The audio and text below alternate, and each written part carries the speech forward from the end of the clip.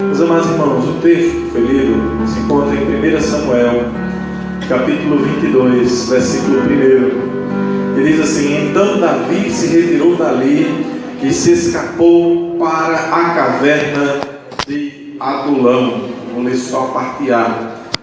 Então Davi se retirou dali e se escapou para a caverna de Adulão. 1 Samuel 22, versículo 1.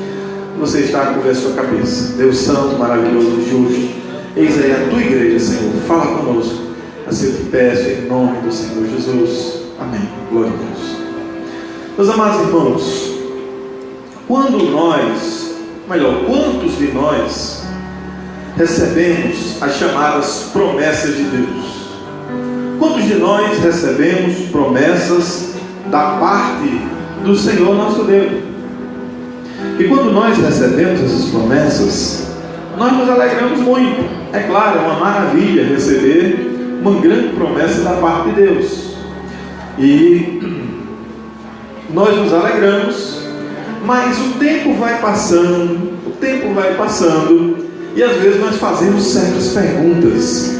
Por que demora, Senhor? Por que a promessa não chega?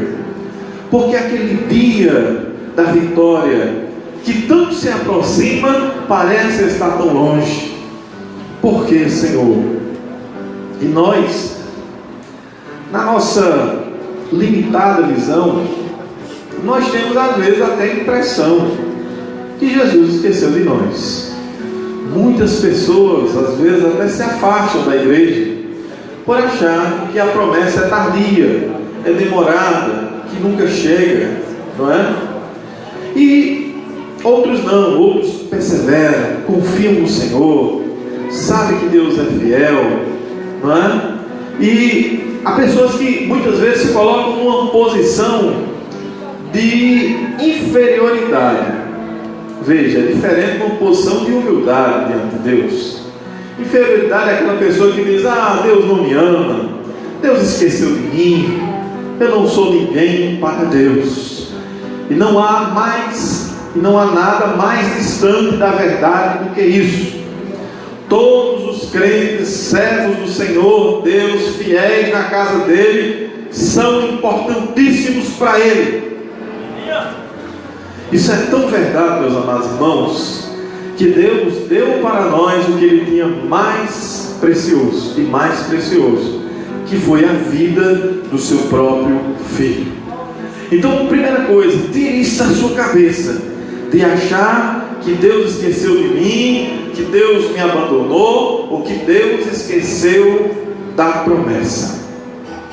Olha, houve um menino chamado Davi, um jovem que cuidava, era pastor de ovelhas, talvez o menor da sua casa, em importância, em idade, não é? Em perspectiva de futuro menor.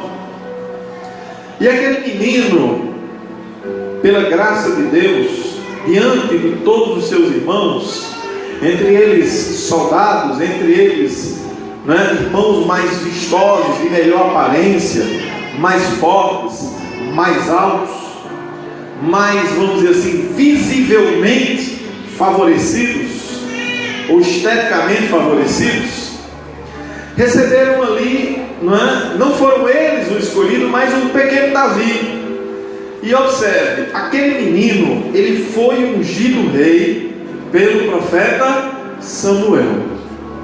Imagine você estar lá, cuidando das ovelhas, de repente alguém me chama: Davi, pai está te chamando em casa. Que é? O profeta quer falar com você.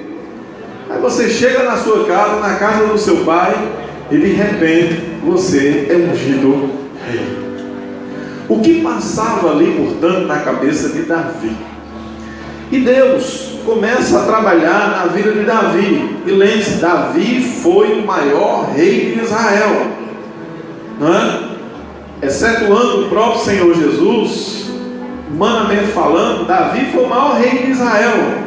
Ainda hoje, o túmulo de Davi, ele é visitado, a fila para se visitar o túmulo daquele rei. Então, esse menino que venceria um gigante, que venceria também inúmeras vezes os seus inimigos, não é? Que serviu tão bem ao seu rei. Porque, meus amados irmãos, quando o rei Saul começou a perseguir Davi, as pessoas não entendiam o porquê disso. Mas como pode? Não é? Como é possível isso? Davi é o genro do rei, o mais fiel. Está lá em 1 Samuel 22,14. Era obediente, honrava a casa do rei, e ainda assim está sendo perseguido por ele. Por quê? Porque no coração do rei havia um sentimento de inveja. Porque as pessoas começaram, onde Davi passava, começaram a dizer: Saul feriu os seus milhares, porém Davi os seus 10 milhares. E o rei Saul começou a ouvir isso, e começou a observar que Davi representava uma ameaça. Aquele jovem, não é? Então passa Davi a ser perseguido. E eu imagino Davi, quando nós lemos esse texto, 1 Samuel 22, Davi, para fugir, ele entra na caverna de Adulão. Os irmãos já estiveram em uma caverna, já visitaram uma caverna. Aqui nós temos algumas, né? Poucas, aqui na região do Cariri, nessa região toda, tem algumas cavernas na rocha. E quando a gente entra dentro de uma caverna, a caverna é extremamente desconfortável. À noite ela é fria, é escura, é um local sem perspectiva nenhuma. Então imagine o que passava na cabeça daquele Davi, aquele mesmo que havia recebido a promessa de Deus, e de repente estava em uma caverna. Podemos comparar também com José, né? Aquele sonhador de tantos sonhos, que de repente se encontrava em uma prisão. Muitas vezes nós, como crentes, temos as nossas próprias cavernas. Só que a caverna, meus amados irmãos, ela tem um detalhe: às vezes você se acostuma com ela. Por mais desconfortável que possa parecer uma caverna, às vezes o crente se conforta com ela e quer ficar ali, não é? Quer entregar os pontos, quer desistir. E quando Davi, portanto, está naquele lugar, ele deve ter lembrado de tudo isso, das promessas, do que Deus havia falado para ele, daquela turbilhão de pensamentos na sua cabeça. Certamente não foi fácil, mas é exatamente nesse ponto que eu me lembro que as circunstâncias não importam para Deus. Glória a Deus. Olha, meus amados irmãos, as circunstâncias, elas não importam para Deus. Deus é o Deus que muda as circunstâncias do dia para a noite. Em um segundo, o que não era passa a ser. Em um segundo, o prisioneiro, o escravo, torna-se governador. Glória a Deus. Em um segundo, um menino derruba um gigante. Aleluia. Deus é o Deus que está além das circunstâncias, que anda na contramão da história. E o que muitas vezes não faz sentido para o homem, o que é loucura para o homem, é sabedoria para Deus. Glória a Jesus. Mas aquele jovem Davi, ele precisava ser rei. E olha que interessante, olha como Deus faz. Alguém para ser rei precisa de pelo menos 4 coisas. Ele precisa de súditos, ele precisa de um povo para governar, ele precisa de um sacerdote, não é? Ele precisa de um sacerdote, ele precisa de um profeta e precisa de um exército. Não há rei em Israel sem exército. E onde estava Davi? Em uma caverna. E, por incrível que pareça, Deus começaria a cumprir ali as promessas, naquela caverna.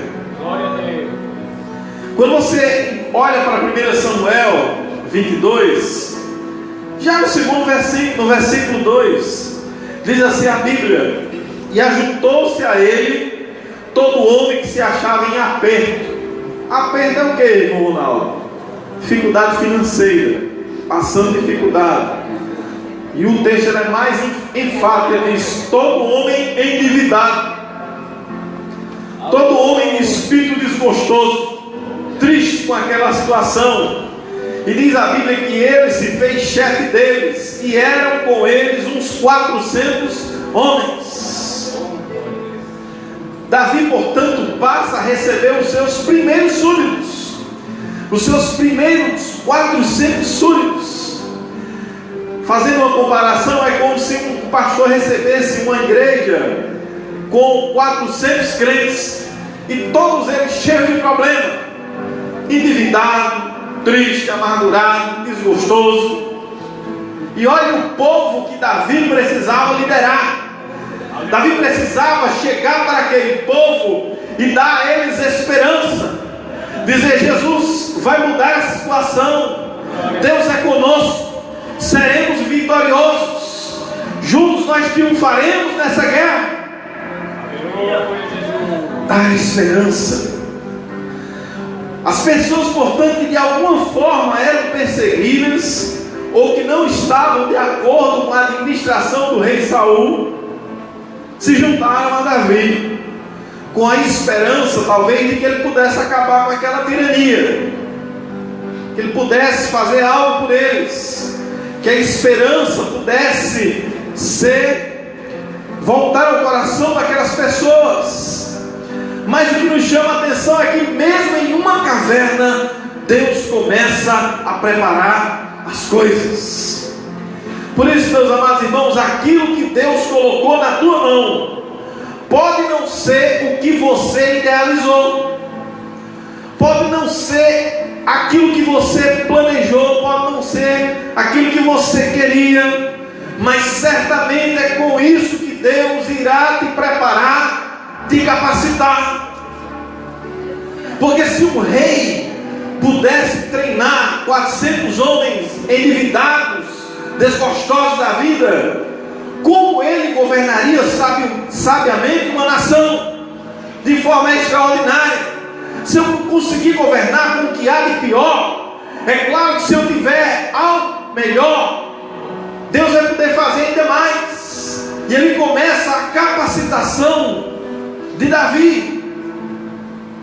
E você começa a avançar, portanto, no capítulo, e Deus já manda os súditos. Lá no versículo 5, Deus também prepara um profeta. O rei precisava de um profeta. Diz o texto: porém o profeta Gade disse a Davi: não fiques naquele lugar forte, vai, entra na terra de Judá. Então Davi foi e veio para o bosque de Herete. O bosque de Herete. Deus enviou o profeta a Davi para dar instruções claras. E que instruções foi essa, irmão Ronaldo? De que a caverna não seria o melhor lugar. Davi, tudo bem, você já tem os seus súditos, mas a caverna não é o lugar que Deus preparou para você. Não se acostume, não se habitue em uma caverna. Caverna é lugar frio, é lugar de frieza espiritual, é lugar de escuridão. E o nosso Deus é tudo ao contrário disso. Ele é fogo consumidor, é o Espírito Santo que acende os nossos corações. Ele é a luz do mundo. Glória a Deus. E ainda, meus amados irmãos, que muitas vezes nós nos acovardemos diante das situações, temos que confiar no direcionamento dado pelo Espírito Santo. O que seria melhor para Davi?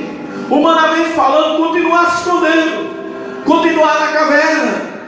Mas Deus dá a ele ordens bem claras. Levanta um profeta para direcioná-lo como rei. E aí, meus amados irmãos, se cremos e nós esperamos em Deus, devemos obedecer, crendo que Deus já preparou o melhor para nós. A Bíblia tem muitas situações assim, de homens que se acovardaram, de homens que ficaram em dúvidas. Nós poderíamos citar Elias, nós poderíamos citar Moisés, nós poderíamos citar Jonas, homens que de repente receberam a ordem de Deus e temeram, e disseram: Senhor, eu não tenho condições. E no primeiro momento se acovardaram, mas Deus foi mudando o cenário para que aqueles homens tivessem condição de cumprir a tarefa, ainda que a tarefa, humanamente falando, seja muito difícil, muito árdua. Você entende que Deus tinha uma promessa para a tua vida? Você entende que a sua caminhada até chegar no cumprimento da promessa não vai ser fácil? Mas pode ter certeza, persevere, continue caminhando, a resposta vai vir do alto. E quando você menos esperar, Deus muda o cenário. Deus muda o cenário. A igreja de Jerusalém estava trancada na sua própria caverna, quando de repente vem um som como de um vento impetuoso, e aqueles homens cheios do Espírito Santo são tomados por coragem, por ousadia. E muitas vezes nós estamos nas nossas cavernas, confortáveis, esperando a resposta de Deus, e Deus diz: ei menino, ei senhora, ei senhor, ei rapaz, ei moça, se prepara para sair dessa caverna, se prepara para fazer a minha obra, se prepara para avançar no exército do reino. A caverna definitivamente não é o lugar do crente, não é o lugar que nos inspira, não é o lugar que Deus preparou para nós. Glória a Jesus, glória a Deus. Mas aquele rei ainda precisava de um sacerdote, E vamos avançando no texto, em 1 Samuel, capítulo 22, versículo de número 20. Porém escapou dos filhos de Aimeleque, filho de Aitube, cujo nome era Abiatar, o qual fugiu atrás de Davi. O rei Saul dá uma ordem clara para matar os sacerdotes. Matar os sacerdotes. Observe a que ponto chegou o coração do rei Saul: perseguir diretamente aqueles que se viam na casa do Senhor. Mas um desses sacerdotes escapa, porque o rei Saul decretou a morte de todos os sacerdotes por acreditar que eles estavam de algum modo protegendo a Davi. A igreja sendo perseguida porque estava orando e intercedendo pelo rei. Veja que isso não mudou. Toda vez que a igreja começa a orar, a interceder, a interferir nas coisas do mundo, certamente virá perseguição contra a igreja. Um irmão colocou umas fotos hoje em um dos grupos do WhatsApp dos obreiros, mostrando a perseguição em Angola, porque lá o governo é comunista, e os comunistas começaram a perceber que onde a igreja evangélica chega, esse tipo de governo ele não dura. Esse governo ditatorial ele começa a ser mudado. E aí qual o pensamento deles? Ele diz: antes que eles se levantem contra nós, achando que a igreja vai se levantar com armas, vamos perseguir a igreja. E lá em Angola nós temos uma igreja também perseguida, mas não sabem eles que quanto mais a igreja é perseguida, quanto mais o sangue dos justos é derramado, mais a igreja cresce, mais ela se enche de fé, mais Deus faz extraordinariamente as coisas maravilhosas para o seu reino. O comunismo quis acabar com a igreja na China, perseguiu os cristãos ainda na China, em muitos lugares, se reúnem em cavernas, em fazendas, em locais escondidos, muitos deles sendo presos e levados para açoitamento, para tortura, para negarem a Cristo. Mas quanto mais a igreja é perseguida na China, mais ela cresce, mais Deus batiza no Espírito Santo, mais Deus cura, mais Deus faz o extraordinário. Aleluia, Jesus. Tem alguns vídeos, meus amados irmãos, de alguns missionários que foram nessas igrejas secretas. E quando vem um missionário de fora, a igreja lá é acostumada a ter cultos de mais de 12 horas. Um pastor tinha pregado lá por mais de 10 horas seguidas. A igreja disse: mas pastor, é muito pouco, nós queremos ouvir mais da palavra de Deus. Homens, mulheres e crianças cheios do Espírito Santo, Jesus batizando, Jesus curando. E eu tenho dito, se nós como nação brasileira não abrirmos os olhos, Deus vai levantar a China para pregar para o mundo. Porque lá, segundo relatos dos missionários, nós já temos um país de crentes ali dentro. Já são mais de 200 milhões de crentes escondidos dentro da China. Deus está salvando aquele país, está mudando aquele lugar. E vai chegar um momento que aquela nação ali vai começar a ser mais e mais impactada pelo Evangelho. Quanto mais o povo sofre, é perseguido, mais a igreja cresce. Então o rei Saul pensava que fazendo isso derrotaria Davi. E depois desse massacre ocorrido na cidade de Nob, o único sacerdote conseguiu escapar, aliando-se ao futuro rei de Israel.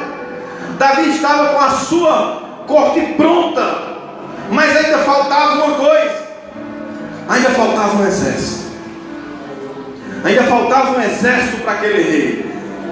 E diz a Bíblia, 1 Samuel 23, 13: então se levantou Davi com seus homens, uns 600, e saíram de Keila e foram-se onde puderam.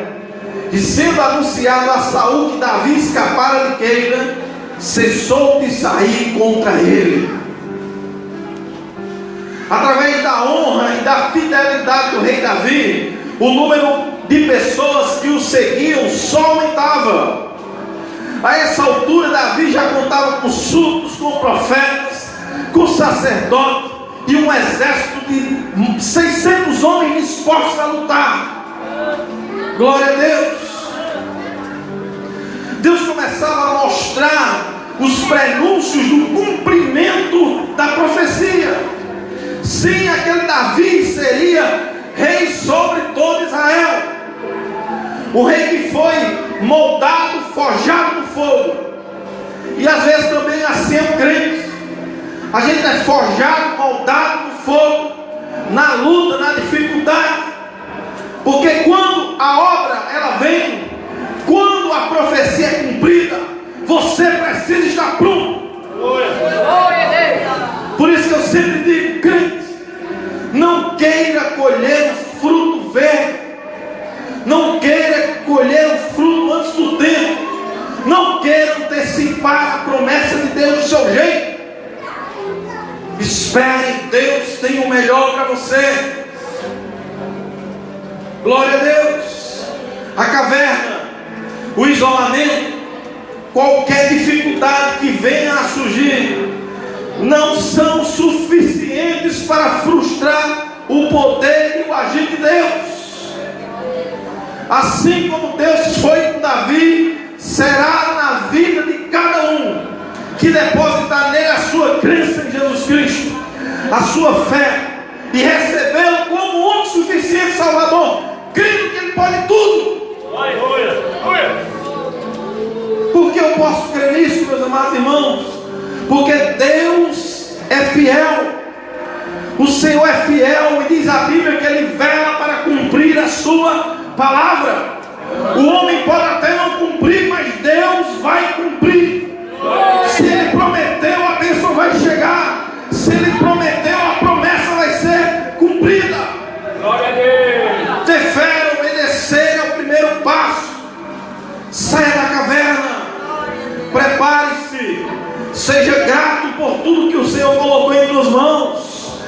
ainda que pareça pouco, ainda que pareça insuficiente, pois o excelente de Deus está por vir, e aí seus olhos verão que melhor é o fim das coisas do que o princípio delas.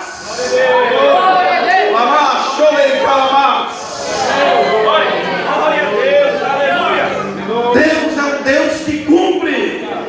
Deus é o Deus que tem cuidado da sua igreja. Deus é o Deus do milagre e do extraordinário. Glória a Jesus. Que o Senhor Deus aplique esta palavra em nosso coração, nos enchendo de fé, de esperança e de certeza que ainda que eu possa até estar numa caverna hoje, mas eu sei que a caverna não é o meu lugar. Glória a Deus. Vamos ouvir o Refsibá louvar o Senhor mais uma vez e estaremos encerrando o nosso culto em nome de Jesus. Adore ao Senhor com todo o seu coração e com todo o seu entendimento. Deixe seu joinha, se inscreve na